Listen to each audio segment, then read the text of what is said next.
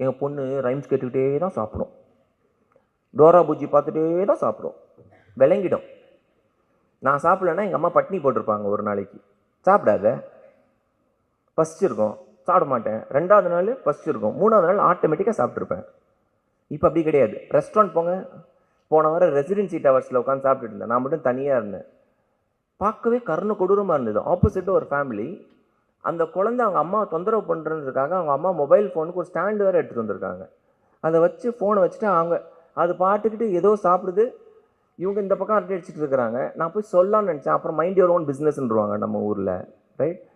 The mobile phone addiction is the most dangerous thing for your kids and for yourself.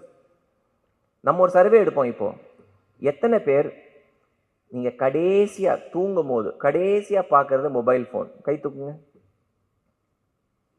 Okay,